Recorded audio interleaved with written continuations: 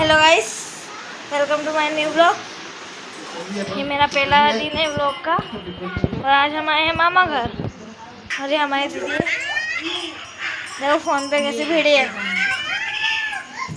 ये हमारी छोटी छोटी पैम्पी लल्लन, अरे के सिप्पी सिप्पी है ये हमारी।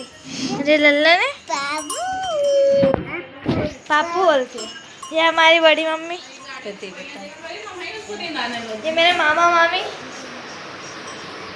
ये मेरी मम्मी, ये नानी जी। हेलो गाइस, आपको किचन बताता हूँ। ये मेरी पूजा दीदी। हेलो गाइस, नया व्लॉग चालू करा है मैंने, तो अभी हम जा रहे हैं।